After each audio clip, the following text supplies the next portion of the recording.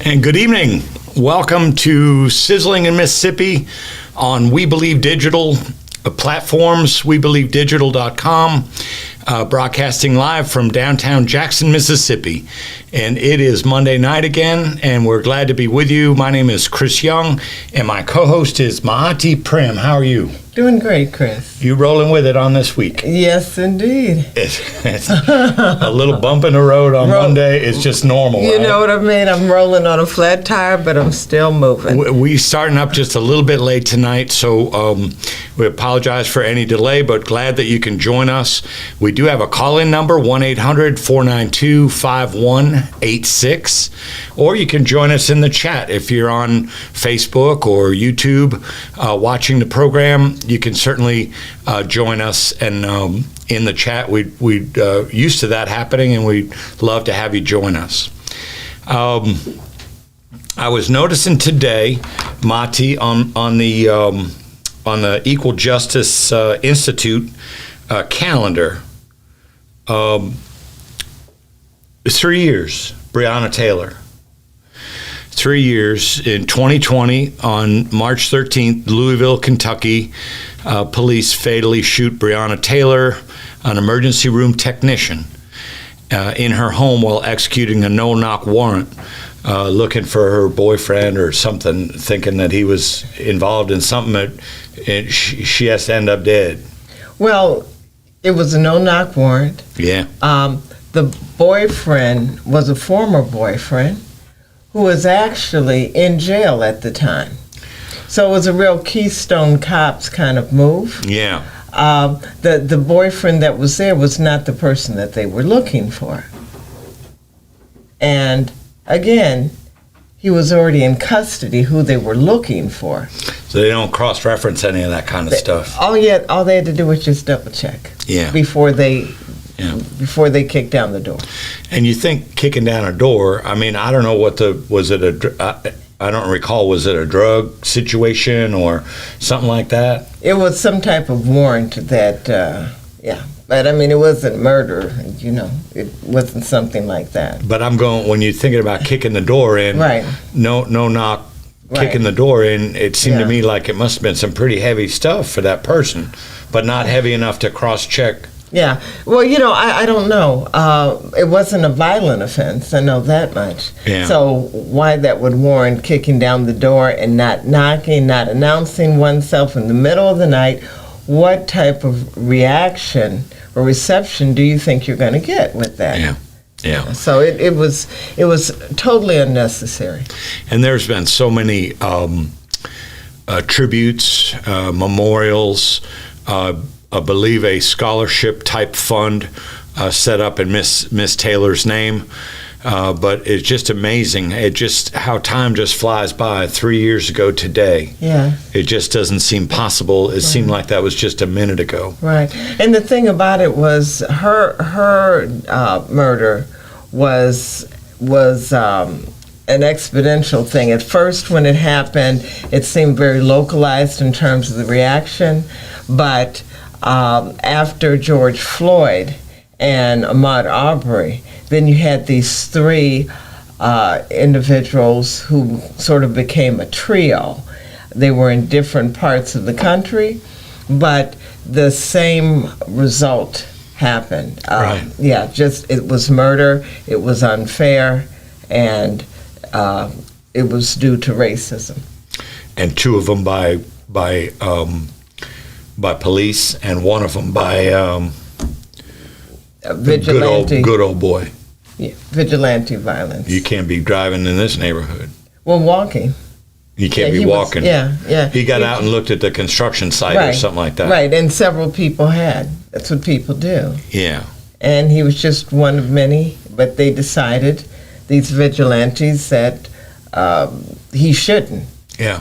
They took it upon themselves. Walking while black. Yeah. Yeah. High crimes right there. So, 3 years ago, and we want to talk to you tonight a little bit about, talk with each other a bit about HB 1020.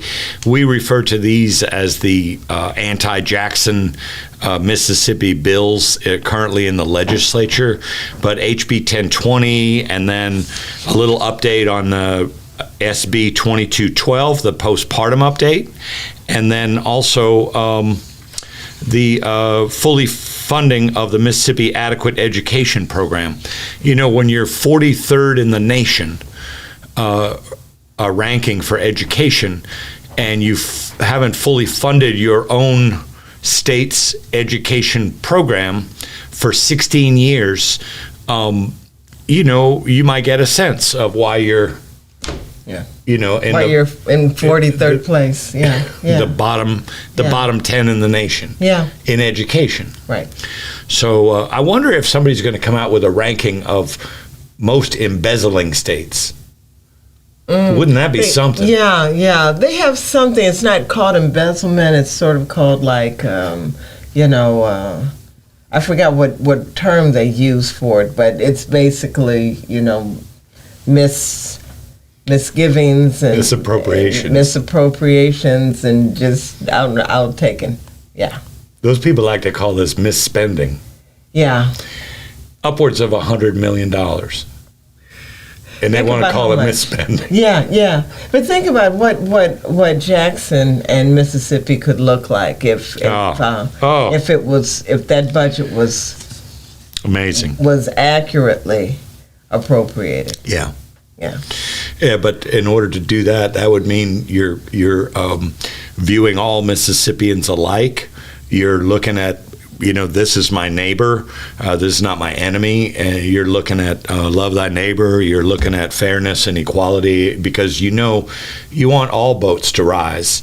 You know, you don't want just some of them, because that wouldn't be fair. Yeah. And that would be reflected in a budget for all people. Right. But, you know, the budget should do this. There's many people that are unfairly favored, and then you have so many, the masses, that are not favored at all, that are disadvantaged due to the laws and the restrictions of Mississippi historically. And so when that comes into being, then what needs to happen is it's not just a general raising, but specific. What do we do with the people we have made poor? To help. Yes, balance it. Yeah. Well, wouldn't that be something? We can only pray and apply pressure. Yes. Which, you know, sometimes our views aren't that high. Other times our views kind of get high. But I kind of view this show as a means to apply some form of pressure, educate people, encourage people, talk about solutions when we can, like you just did, and that works. And it's worked a bit on these anti-Jackson bills. Right. You know, this first HB 1020, it's a different bill now than it was when it started out. Thank goodness. And there was so much pushback in the community, so many press conferences on the steps of the Capitol. You know, I think the mayor Jackson, Mayor Lumumba, has indicated on many national programs that, you know, this HB 1020 is like and these other anti-Jackson leadership bills, you know, it's like a Trojan horse. They just want to get in the door. Yes. You know, and one of the most disturbing things left over on this now, and this is based on a WLBT report, in order to be upfront about that, there were amendments to the HB 1020, and one has to deal with the memorandum of understanding between the City of Jackson and the Department of Public Safety over the jurisdiction. So what they did was they slipped in there. First, they're going to expand the Capitol Complex Improvement District, but at the same time they slid underneath that, and we're going to have the Capitol Police, which would just be for that Capitol Complex Improvement District. We're going to allow them to have jurisdiction over the entire 119 square miles of Jackson. Sneaky. Yeah. So they're saying, this recent amendment, which was passed, now gives the city the option to sign an MOU, but so you think, well, okay, wow, so they're actually giving us some autonomy here. No. The next sentence, whether an MOU is entered will not determine the future jurisdiction. If the bill is made law, Capitol Police will have concurrent jurisdiction with Jackson Police Department. Right. No, and an MOU isn't legally binding. You've mentioned that before, not legally binding. Yeah. But you would hope, I mean, when people enter into an MOU, that it's in good faith, that you're trying to accomplish a common goal. You would think that, but I don't suspect that that's the case here. Not with the party who's offering it. These are the descendants of people who made treaties and broke them. So sure. Why not break an MOU? And then the Second Amendment removed a section in the bill that allocated funds to the Hinds County District Attorney Office for 2 more assistant DAs, and they designate funds to go to a crime lab instead. It's been talked about on several social media sites that despite what you hear about the backlog in Hinds County, that there's 2 or 3 other counties in Mississippi that have a higher backlog than Jackson does. Yeah. So hence, that got changed. They're going to put those funds to a crime lab instead. And the bill's author, guy from Senatobia, not anywhere near Jackson, said he's ready to work with the Senate because the bill will likely head to conference, which means there's more opportunities for chinks in the armor, I hope. Right. Well, I mean, the fact that he's saying he's willing to work with the Senate, but he's not willing to work with the city. Right. Yeah. He also shed some light on how the governor feels about it. We look forward to working with the Senate through the conference process, which I do believe the bill will end up in conference and hopefully soon, within the next week or 2. So he'd love to have the final product. Of course he would.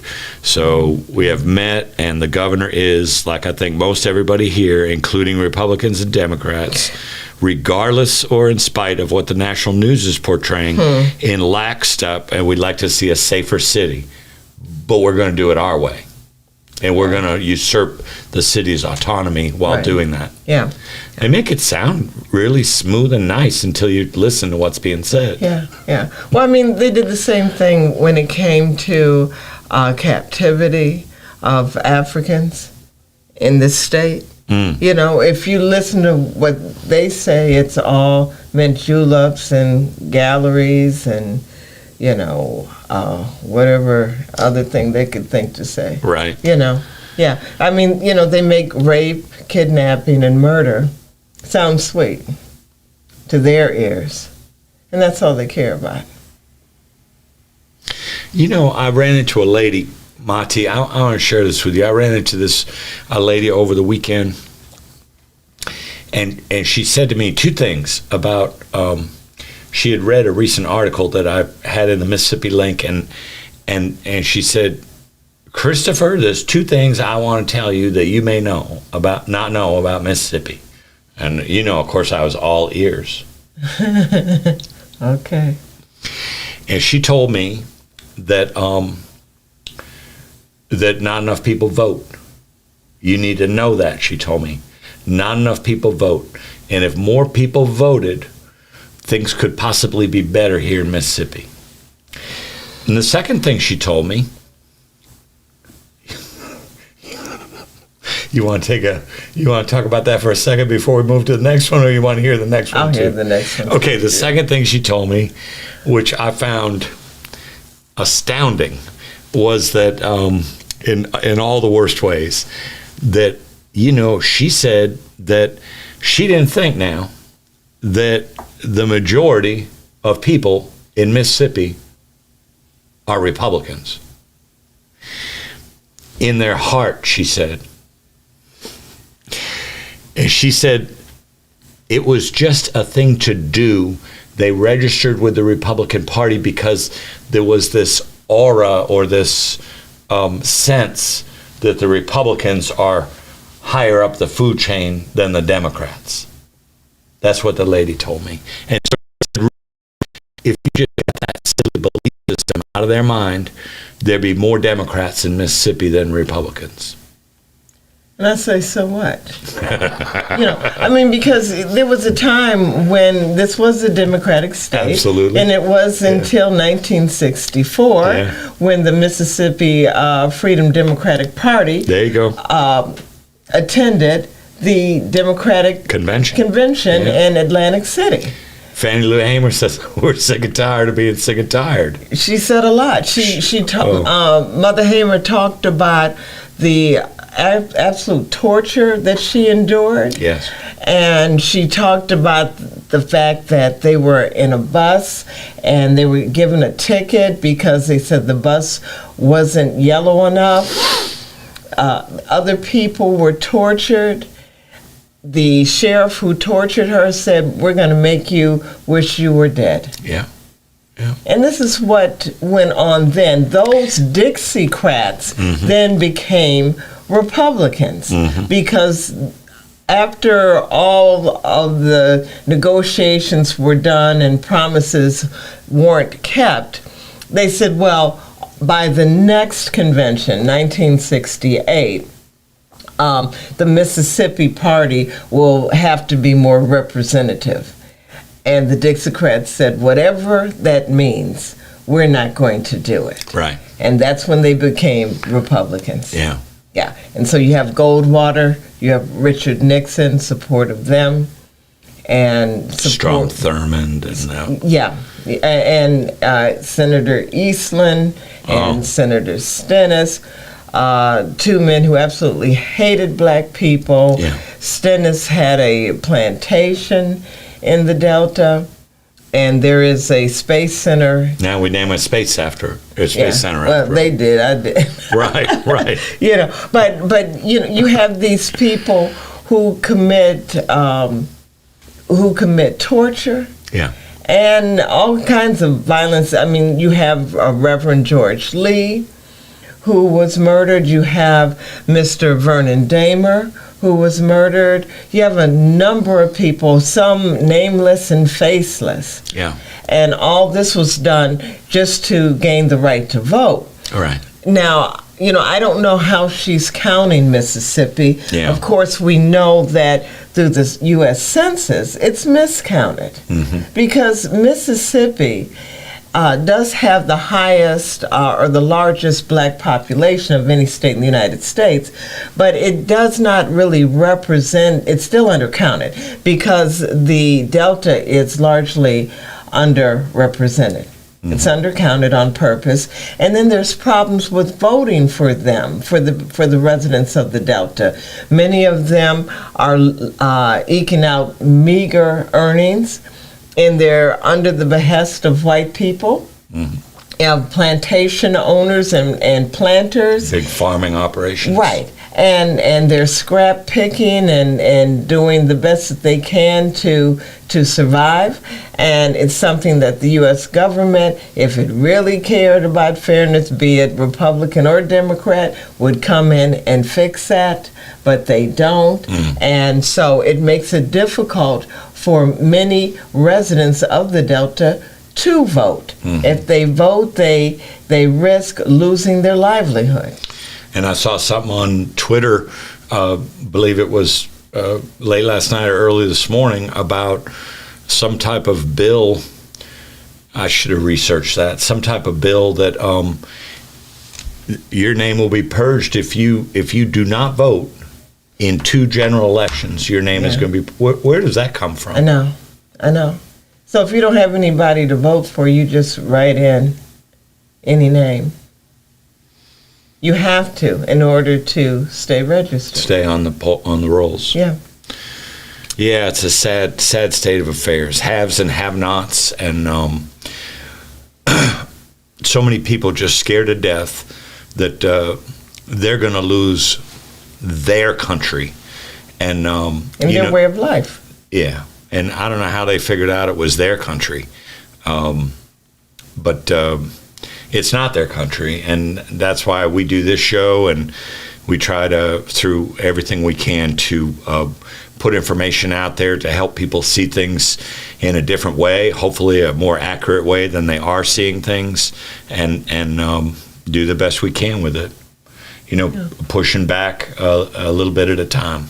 Yes.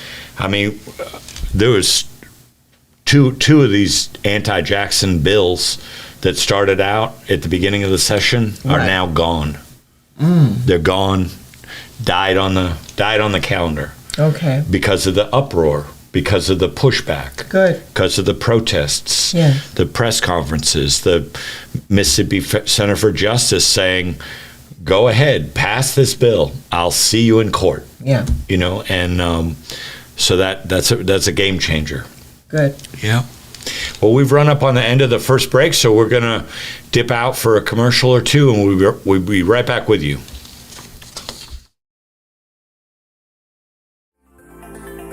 Looking for the hottest content in the city of Jackson and surrounding areas?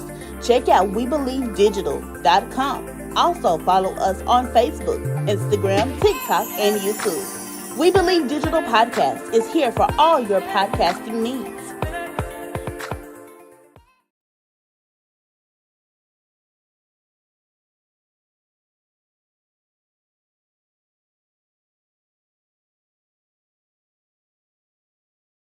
Have you had your Earth Blend coffee today? At Earth Blend Coffee, we take pride in offering you the very best of beans across the world, blended and roasted to perfection, giving you superior quality and satisfying and flavorful taste. Experience the world in one cup with Earth Blend Coffee. To order, visit earthblendcoffee.co now. And welcome back to Sizzling in Mississippi. Chris Young alongside Maati Primm, just talking about these issues that are going on here, things that go on down here that really exemplify how Mississippi is still burning, how we're sizzling in Mississippi, and we're just after some truth and some equality, some equity, some fairness. Treat our fellow man and woman like our brother and sister, and not like the enemy, like they're beneath us. And so we're moving on to the next topic, Maati, this Mississippi Adequate Education Program. Got a little bit of an update for you on that. There was last Monday, the day we had the last show, they had a whopping 37 minutes of discussion about this in a Senate committee, and decided that they were going to fully fund this state adequate education program. $181 million. When you read the fine print, you find out that last year they underfunded it by $273 million, and this year it was scheduled to be underfunded by $275 million. But instead, if all goes well, and the producer was asking earlier, is there any way they can mess this up at the last minute? Yes, there definitely is. Yes. But it looks like, and interestingly, and I just love the timing of this, I'm a big fan of the Mississippi Today news organization. I think they bring us a lot of information that we might not ordinarily have. Mm-hmm. And they've paired up with Siena College some months ago to do polling. So they called, 700 and some people, and did this phone surveys, and they found out that 91% of Democrats, 73% of Republicans, 77% of independents, for a total of 79% of respondents support fully funding this program, while just 9% are opposed. Wow. And 43, we mentioned earlier. Yes. Ranking in education, 43rd. Right. So the idea that you would even consider not fully funding.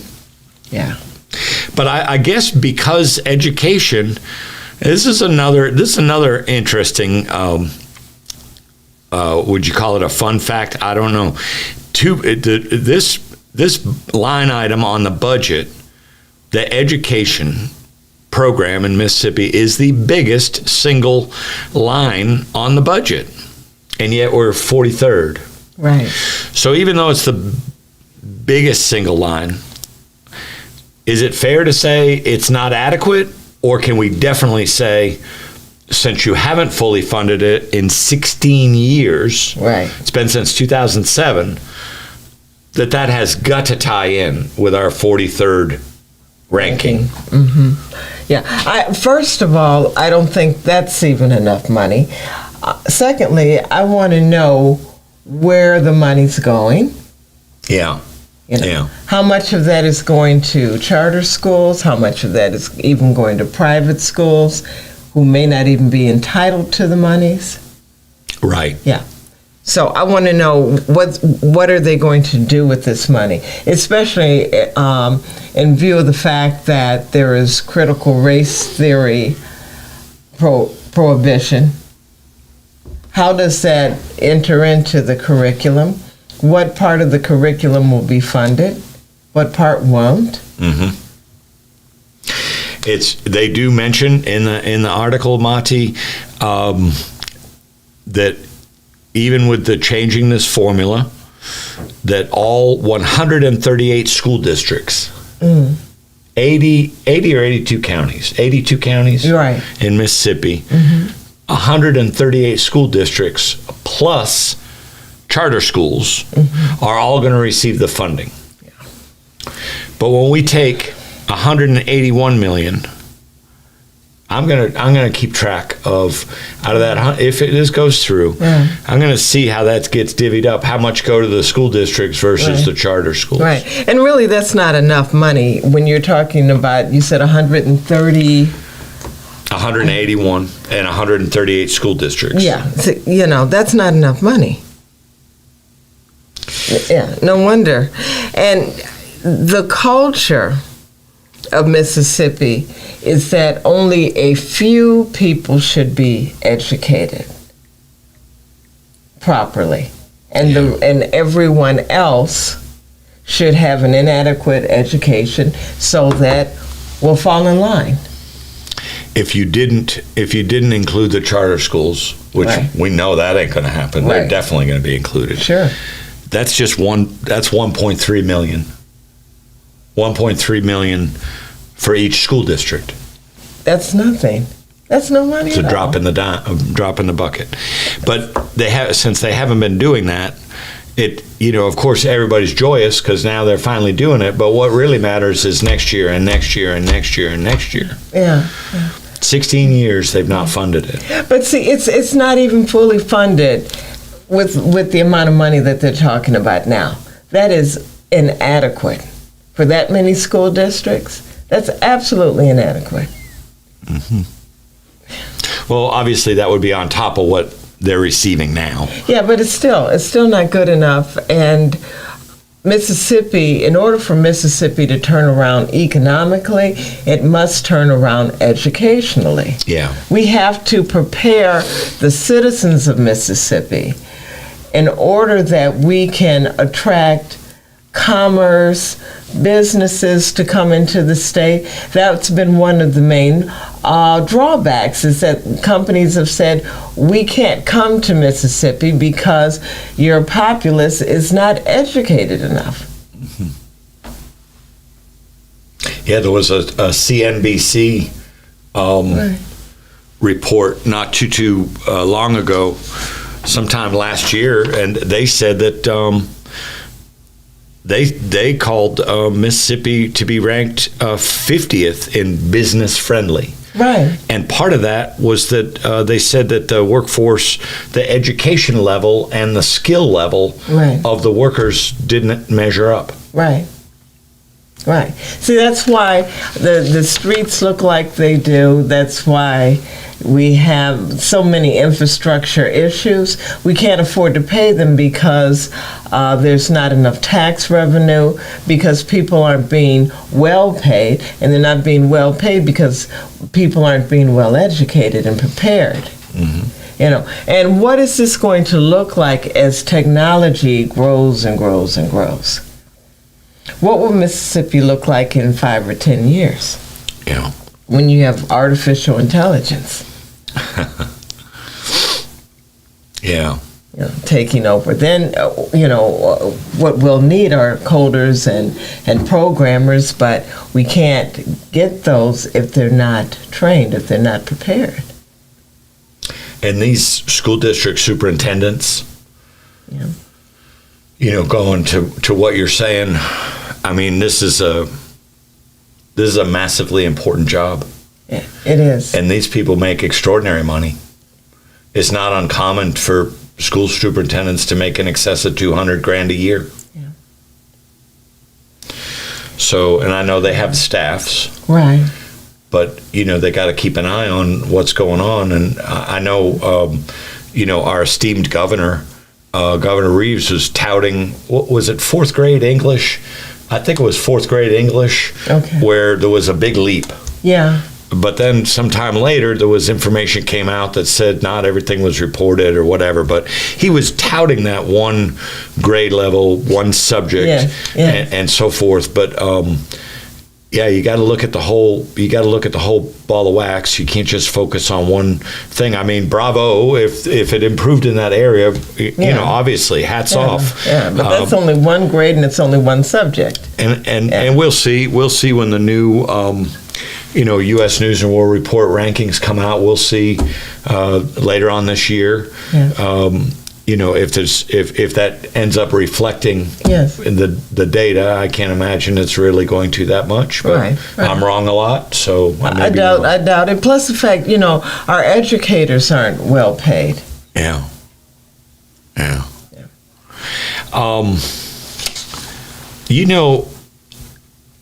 This postpartum update.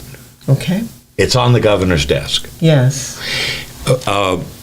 Passed in both houses, but both chambers rather, and it passed in the Senate 41-11, and it passed in the House 92-27 with 2 abstentions.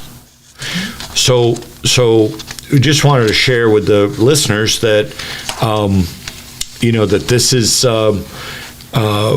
on the governor's desk, and he has until the 18th. So today's the 13th. So he has 5 days to either sign that or veto that. Okay. It appears he's going to sign it. Yeah. So what that is going to do to predominantly black new mothers in Mississippi that are poor, that do not have health care, do not have health insurance. So now, of course, the baby is picked up automatically, the newborn is picked up automatically, the prenatal and all picked up automatically by Medicaid. Right. But mom's coverage just goes for 60 days.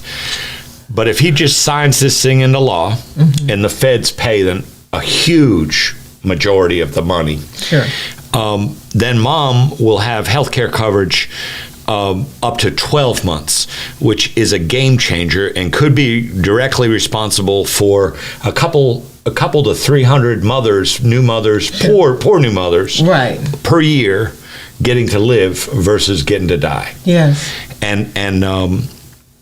But I have to share something, and it may take a minute to name names here, but I like to do that because when you vote, when you complain about crime, when you complain about deleterious behavior, societal stuff going on, when you write reports about fatherlessness and want everybody to go to ROTC to fix what you perceive their problems to be without getting down to core issues, right. And you have a chance to save lives. But 27 of these votes were nay votes. Two people abstained. Yes. A white man named Mims in District 97, and a a white man named Huddleston, who I actually spoke with about a year ago outside the Capitol one morning. He's District 15. All these 27 people are white people. All these 27 people are Catholic people. These are the people that voted against. Did I say Catholic? I meant to say Christian. Okay. Christian. Some of them are Catholic, but Christian is what I meant to say. So white Christians, 24 males and 3 females, voted against this, knowing full well that the federal government would pay some ungodly, like 82 or 85% of the share. Right. Yes. Yeah. So that being said, we just because if you don't go hunt this down on the internet, on a site, a Legiscan site, I think it's called, and there's other ones I'm sure too, but if you don't hunt this stuff down, this doesn't become public information. You're not going to see a broadcast station, one of our local broadcast stations, Right. tell you about all this. Right. They certainly ain't going to name names. No. If they can get away with it. Right. But these are the 27 people, that said no to this. When their colleagues, 92 of their colleagues said yes to this. It's been allowed to die on the calendar for 3 years now. So let's count the dead bodies, and they're not just dead bodies; they're dead mothers, and they're dead new mothers, which leaves the family in shreds. And so I want to tell you, there's a male named Baumgar, District 58. That's Madison County, right next door to us. Bounds, District 44. C. Brown from District 20. A female, Carolyn Crawford, District 121. Dana Criswell, District 6. Dan Eubanks, District 25. Jill Ford, District 73, Madison, right next door to us. Another woman, an owner of a brokerage company. The first woman, Crawford, I mentioned, she's a former social worker that voted against poor new moms getting their health care coverage expanded.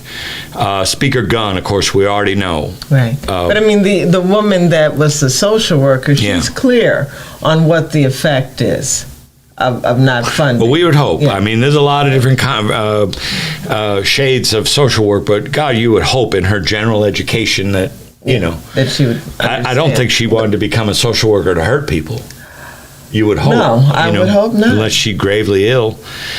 A man named Hale at 24th District, Haney, 118, Hopkins, District 7, Horn, District 81, Ladner, 93, Mangold, District 53, Newman, 61, Oliver, 46, Owen, 106, Patterson, 115, Rushing, 78, somebody with the last name of Shanks, God, poor guy, 60, District 60, white Christian, no to new poor moms.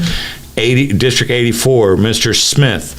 Tubb, I've met and talked to Tubb, Joseph Tubb from down south, District 87, voted for HB 1020. Voted against moms not winding up in caskets because they're poor. Right. Toulos in 79, Wallace in 77, Hobgood Wilkes. Oh, she's a female, Hobgood Wilkes, District 108, a white Christian female business owner. And Williamson, 10, and somebody named Zuber in District 113. So those are the 27 nays, 27 people when 92 of their colleagues said, yes, we've had enough. We don't want this bad press anymore. We want to do let's think they were saying, let's do the right thing. But 27 of them just stuck to their guns, saying, no, we'll let those mamas die. We don't care if they're poor. You just got to pick yourself up by your bootstraps. Right, even if you don't have any boots or any straps. And I know that took a few minutes, Maati, but I just there's got to be some kind of accounting for these people that do this. So 77% did the right thing of course, we're suspect of their motivation. Absolutely. Here in Mississippi. However, they cast the proper vote. So 77%. So 22% just couldn't make their way around to it. No. Do you think they know that the majority of the women of these women are black? Yes, they do. You think they do? Yes. I'm positive. I just thought I'd throw that in there. Yeah, I know. Yeah, they know. They know. They Wow. don't care, but they know. They just don't care. It's the saddest thing. And how do you go home to the kitchen table? What'd you do today, Dad? What'd you do today, Mom? But see, no one at that table looks like the poor women who are dying. Nobody resembles them. No, they don't. So, No, they don't. yeah. Every last one of these white people, Yeah. every last one of those nay votes call themselves Christians. Wow. I've only said Christian in name only. Sinos. Sinos. We Yeah. talked about that. Yeah. I only had to say that 5 times. Is that enough? Can I move on? Yeah, you can. Mr. Lewis joining us. Mississippi is definitely burning, and not enough people are seeing these podcasts, even if you share. Thank you so much, Mr. Lewis. I recognize Mr. Lewis' name. Hopefully, I love to meet you someday, Mr. Lewis. But we're so happy to have you joining this podcast, and we know you follow other podcasts too. We really appreciate your support, and really glad that you find the program valuable. You know, that's really what we're after. So, Maati, Yes. we're about ready to turn the page here, and we're coming up on a break. All right. So let's just head on out for our commercial, and we'll be right back. The Mississippi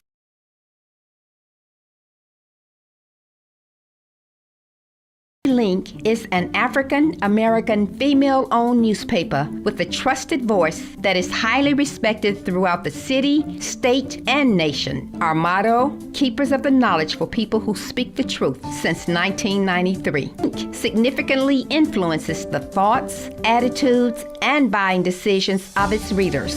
Call us at 601-368-8481 for your advertising needs. If you would like to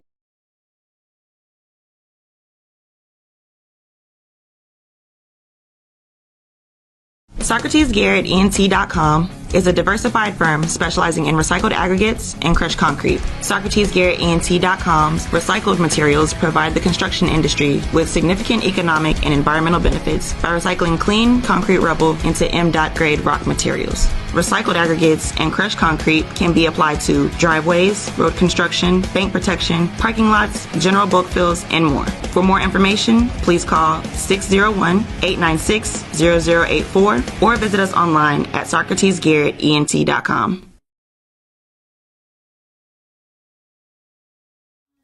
And welcome back to Sizzling in Mississippi.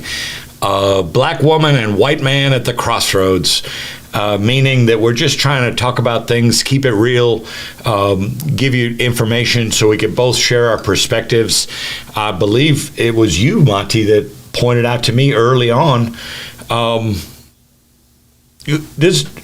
we're kind of unique in that respect. Yes, we are. There's not a lot of, the world is not dripping with podcasts of black women and white men sitting down together, having had obviously different life experiences, but obviously sharing a heart and be able to talk things through and talk about things. Right. That doesn't happen very often in podcast land or anywhere else. In podcast land. What do you got to share with us about Toni Morrison? The great Nobel laureate. Yes. Queen Mother Toni Morrison, a woman who wrote from a perspective without respect to what was called the white gaze. Yeah. She said, I'm going to write the way I want to write, and you don't say anything to Hemingway. you know, about his perspective, which makes sense. I mean, why would Hemingway write from a black woman's perspective? Right. It would be silly. I don't even know what he would say. And at the same time, it's silly to think that Toni Morrison should have to write from a white perspective or to speak to white people. It's art. It's art. Yeah. And you accept it or you don't. But she was very clear in the way that she perceived her art and her voice. And thank goodness she stuck to her guns and gave us wonderful literature. Beloved, Sula, The Bluest Eye, just to name a few. And we're happy she came along. I think The Bluest Eye was first, but I may have that confused. But I do know I saw The Bluest Eye twice in about a 3-year period before I moved to Mississippi. One done at the Norfolk State University, Behold the Green and Gold drama department, and then another one done at the American Stage Theater in downtown. Norfolk State's downtown too, but in the deeper into the downtown. And it was phenomenal both times. Just take your breath away. Yeah. Leave me just stunned. Yeah. You know, for hours afterwards, just trying to process. Right. Yeah, that's great art. I mean, she's really, you know, if people are honest, they have to say that she was the greatest novelist. Of her time. Yeah. Absolutely. And now we have the post office. Now we're coming up on our 4-year anniversary of her passing. August, I believe it's August, early August. And the post office is unveiling a forever stamp of Toni Morrison. So to bear witness, millions of people will bear witness to this novelist who spent her lifetime building a legacy that transcends her time on earth. Just a beautiful way to say that. Yes. You know? I love when you hear, well, let's find a way to leave things better, you know, than we found them. Absolutely. But this is an even higher sentiment. Yes. You know, transcends her time on earth. Absolutely. So I'll look forward to that. Look forward to that for sure. And you know, sometime when you go to the post office looking for certain stamps, they run out.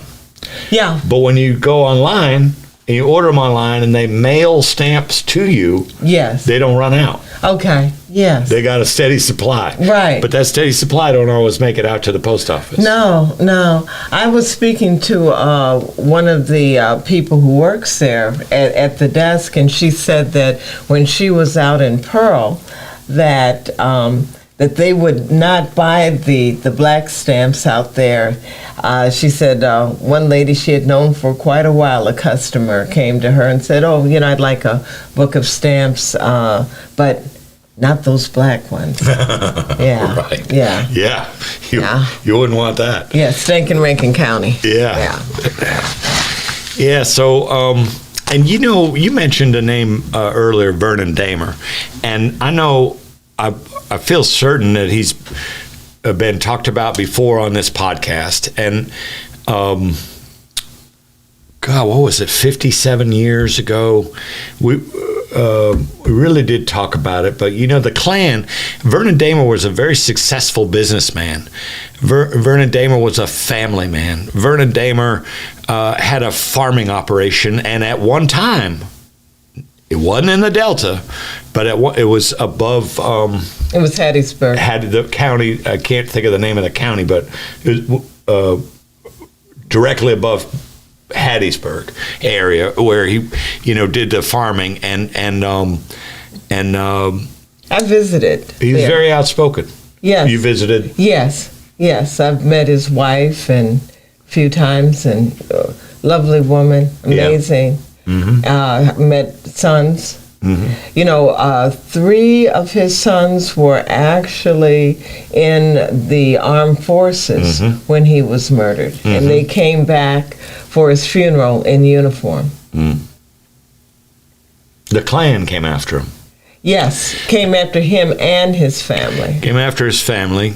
And as I understand from what I've read, you may have much more, that that he held them off with a rifle, with a single rifle, while his wife and children went out the back door and ran through the. So you got to meet them and speak to them. Right. But that wouldn't have happened without his courage, without his determination to his family.